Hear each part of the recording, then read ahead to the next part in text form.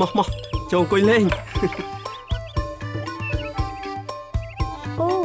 មើលទៅឯងនិងកូនឯងដូចជាមានសុខភាពល្អណាប៉ិនមែនហើយ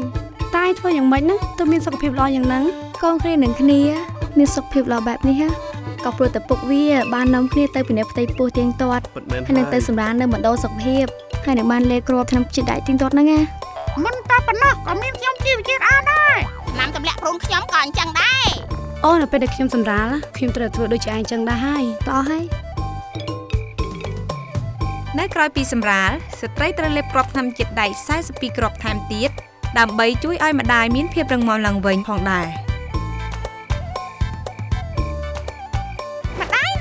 មានសុខភាពល្អណាស់យេម្ដាយនិងកូន